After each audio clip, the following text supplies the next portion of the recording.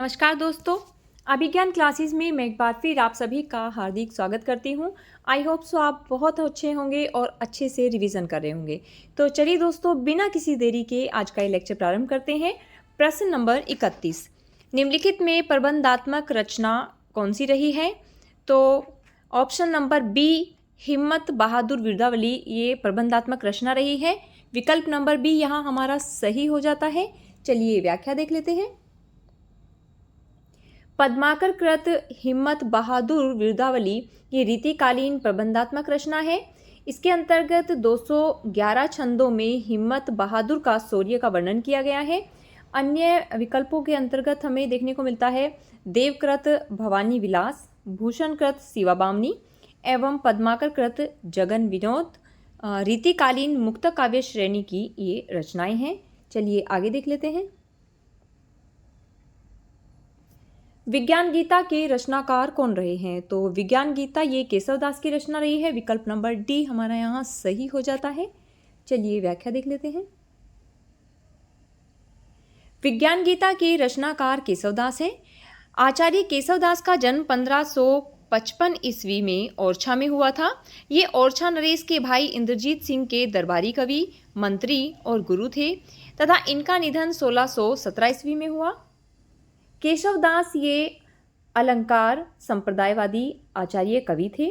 आचार्य रामचंद्र शुक्ल ने इनकी क्लिष्टता के कारण इन्हें कठिन काव्य का प्रेत कहा है और छंदों का अधिक प्रयोग करने के कारण डॉक्टर रामस्वरूप चतुर्वेदी ने इनकी रचना रामचंद्रिका को छंदों का अजैब घर कहा है। बहुत बार प्रश्नों में पूछने को आ जाता है कि केशवदास जी को कठिन काव्य का प्रेत किसने कहा है या फिर उनकी रचना को छंदों का अजैब घर किसने कहा है, तो आपको अच्छे से याद रखना है। चलिए इनकी कुछ प्रमुख रचनाएं देख लेते हैं। रसिक प्रिया, कवि प्रिया, नक्शिक और रतन बामनी। चलिए आगे देख लेते हैं। निम्नलिखित में से कौन सा ग्रंथ मात्र अलंकार निरूपक नहीं रहा है? तो कवि कुल कल्पतरु ये मात्र अलंकार निरूपक ग्रंथ नहीं रहा है। ऑप्शन नंबर सी आपका यहाँ सही हो जाता है। चलिए व्याख्या देख लेते हैं। कवि कुल कल्पतरु इसके अंतर्गत कुल 1133 पद है जो 8 प्रकरणों में विभाजित है। इस ग्रंथ का समय संवत 1707 माना जाता है। प्रथम प्रकरण में आपका काव्य भेद काव्य लक्षण से संबंधित है। द्वितीय तथा तृतीय प्रकरण शब्द अर्थ सहित अलंकार निरूपण। चतुर्थ प्रकरण काव्य दोष विवेचन से संबंधित है। पंचम प्रकरण इसके 3 भाग हैं जिसमें शब्दार्थ निरूपण, ध्वनि भेदोपदेश विवेचन रहा है। चलिए आगे देख लेते हैं। रीतिकालीन कवि दुल्हकृत कविकुल कंठाभरण अलंकार निरूपक ग्रंथ है जिसमें लक्षण और उदाहरण एक ही पद में कहे गए हैं, पर कवित्व और सवैया के समान बड़े छंद लेने से अलंकार स्वरूप और उदाहरण दोनों प्राप्त होते हैं। आगे देख लेते हैं। शिवराज भूषण संवत 1730 में रचित कवि भूषण का अलंकार निरूपण ग्रंथ रहा है। इसमें 385 छंद है जिसमें दोहों में अलंकारों की परिभाषा तथा कवित्व एवं सवैया छंदों में उदाहरण दिए गए हैं। रीतिकालीन कवि मतीराम द्वारा रचित ललित ललाम अलंकार निरूपक ग्रंथ है। इसका समय निश्चित नहीं है, इसलिए सन 1661 से 64 के बीच इस ग्रंथ का रचना काल माना जाता है। इस ग्रंथ में चंद्रालोक एवं कुवल्यानंद नामक संस्कृत ग्रंथों के आधार पर लक्षण प्रस्तुत किए गए हैं। चलिए आगे देख लेते हैं। कौन सी रचना मात्र पिंगल या छंद निरूपक है? तो वृत्त विचार यहाँ पर मात्र ये छंद निरूपक रहा है। विकल्प नंबर बी हमारा यहाँ सही हो जाता है।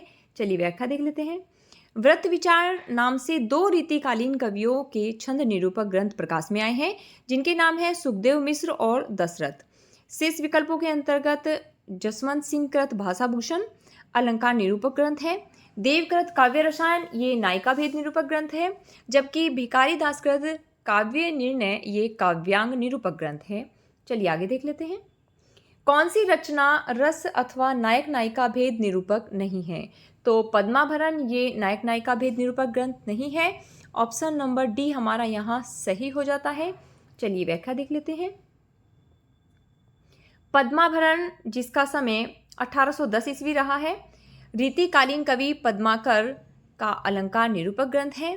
शेष विकल्पों के अंतर्गत हमें देव कवि कृत सुख सागर तरंग, कवि तोष द्वारा रचित 1734 ईस्वी में रचित सुधा निधि तथा कवि पद्माकर के द्वारा 1803 ईस्वी में रचित जगत विनोद ये रस अथवा नायक नायिका भेद निरूपक ग्रंथ है।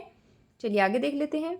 सर्वांग अथवा विविध काव्यांग विवेचक आचार्य नहीं रहे हैं। तो तोस कवि ये आपके विविध काव्यांग विवेचक आचार्य नहीं रहे हैं। ऑप्शन नंबर ए यहाँ आपका सही हो जाता है। व्याख्या देख लेते हैं। रीतिकालीन कवि तोस ने सन 1734 ईस्वी में सुधा निधि नामक ग्रंथ की रचना की, जो एक रस निरूपक ग्रंथ है। कवि तोस ये श्रृंगवेरपुर प्रयागराज के रहने वाले चतुर्बुध शुक्ल के पुत्र थे। इन्हें रीतिकालीन रस निरूपक कवि माना जाता है। शेष विकल्पों के अंतर्गत सोमनाथ, भिखारीदास एवं प्रताप शाही ये सर्वांग विवेचक आचार्य की श्रेणी में आते हैं। यहाँ पर कुछ रीतिकालीन कवि और उनके सर्वांग निरूपक ग्रंथ दिए गए हैं, इनको देख लेते हैं।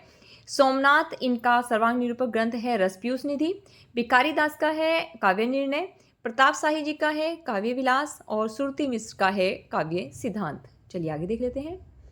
रीतिकाल के विषय में कौन सा कथन सही नहीं है? तो इसके अंतर्गत कहा गया है कि इस काल के रीति ग्रंथ लक्षण ग्रंथ संस्कृत लक्षण ग्रंथों की छाया से पूर्णतः मुक्त है। ये असत्य दिया गया है। विकल्प नंबर सी हमारा यहाँ सही हो जाता है। चलिए व्याख्या देख लेते हैं। आइए रीतिकाल के विषय में जान लेते हैं। रीतिकाल जिसकी समय सीमा संवत 1700 से 1900 रही है, हिंदी साहित्य का उत्तर मध्य काल भी कहलाता है। रीतिकाल समृद्धि और विलासिता का काल रहा है। वैराग्यपूर्ण साधना का इस युग में आदर नहीं था, इस कारण यह भक्ति युग से भिन्न है। सजीव श्रृंगार की एक अदम्य लिप्सा इस युग के साहित्य में प्रतिबिंबित होती है। रीति काव्य के विकास में तत्कालीन राजनीतिक तथा सामाजिक परिस्थितियों का महत्वपूर्ण योगदान रहा है। चलिए आगे देख लेते हैं। यह एक महत्वपूर्ण तथ्य है कि हिंदी के रीति शास्त्र का आधार पूर्ण रूप से संस्कृत काव्य शास्त्र है, परंतु इसका यह तात्पर्य भी नहीं है कि रीतिकाल के प्रत्येक लेखक ने संस्कृत लक्षण ग्रंथों का पूरा अध्ययन किया था, और यह भी नहीं कहा जा सकता कि रीति ग्रंथ संस्कृत लक्षण ग्रंथों की छाया से पूर्णतः मुक्त है। चलिए आगे देख लेते हैं। यहाँ पर एक कथन दिया गया है। आचार्य लोग तो कविता करने की रीति सिखलाते हैं, मानो वह संसार से यह कहते हैं कि अमुक विषयों के वर्णन में अमुक प्रकार के कथन उपयोगी हैं और अमुक प्रकार के अनुपयोगी हैं। तो यह कथन है मिस्र बंधुओं का। ऑप्शन नंबर बी आपका यहाँ सही हो जाता है। चलिए व्याख्या देख लेते हैं। उपर्युक्त कथन मिस्र बंधुओं ने रीतिकाल का नामकरण करने के लिए अपनी कृति मिस्र बंधु विनोद में स्पष्ट किया है। मिस्र बंधुओं ने रीतिकाल को अलंकृत काल कहा। उन्होंने स्पष्ट किया कि आचार्य लोग स्वयं कविता करने की रीति सिखलाते हैं, मानो वे संसार से यूं कहते हैं कि अमुक अमुक विषयों के वर्णन में अमुक प्रकार के कथन उपयोगी हैं और अमुक अनुपयोगी हैं। आइए आगे देख लेते हैं। पंडित विश्वनाथ प्रसाद मिश्र ने रीतिकाल को श्रृंगार काल नाम दिया है। डॉक्टर रमाशंकर शुक्ल रसाल ने रीतिकाल को कलाकाल नाम दिया। डॉक्टर नगेंद्र आचार्य रामचंद्र शुक्ल ने के नामकरण रीतिकाल को मान्यता प्रदान करते हैं, जिसका समर्थन डॉक्टर हरीशचंद्र वर्मा भी करते हैं। चलिए आगे देख लेते हैं। यहाँ पर शुक्ल जी का एक कथन दिया गया है। मतीराम जी रसराज के समान पद्माकर जी का भी काव्य रसिकों और अभ्यासियों दोनों का कंठहार रहा है।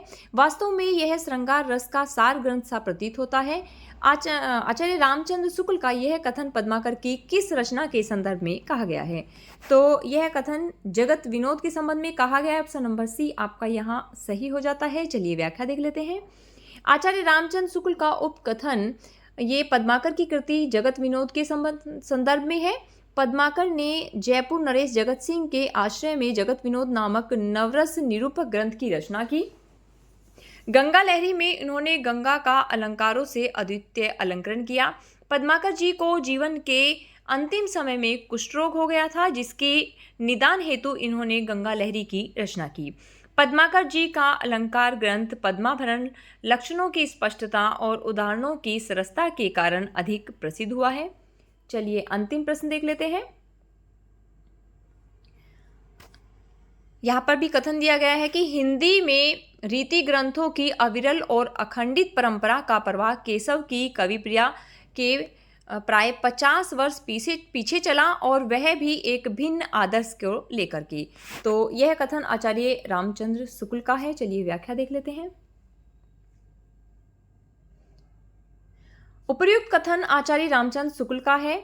अपनी रचना हिंदी साहित्य का इतिहास के उत्तर मध्य काल के प्रकरण 1 में उन्होंने बताया है कि इसमें संदेह नहीं कि काव्य रीति का सम्यक समावेश पहले पहल आचार्य केशव ने ही किया, किंतु यह प्रवाह केवल केशव के आदर्श को लेकर नहीं चला, बल्कि उनसे 50 वर्ष पीछे एक भिन्न आदर्श के आधार पर। साहित्य में उन सारी बातों का जीवंत विवरण होता है जिसे मनुष्य ने देखा है, अनुभव किया है, सोचा है और समझा है। हजारी प्रसाद द्विवेदी रीति काव्य की भूमिका तथा देव और उनकी कविता में डॉक्टर नगेंद्र की रसवादी आलोचना दृष्टि यहाँ पर परिपक्व होती है।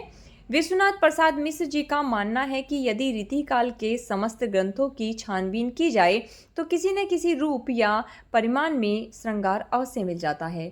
तो चलिए दोस्तों, आज का ये लेक्चर यहीं समाप्त करते हैं, और अगर आपको ये प्रयास अच्छा लग रहा है तो इसे लाइक, शेयर और सब्सक्राइब कीजिएगा। Thanks for watching.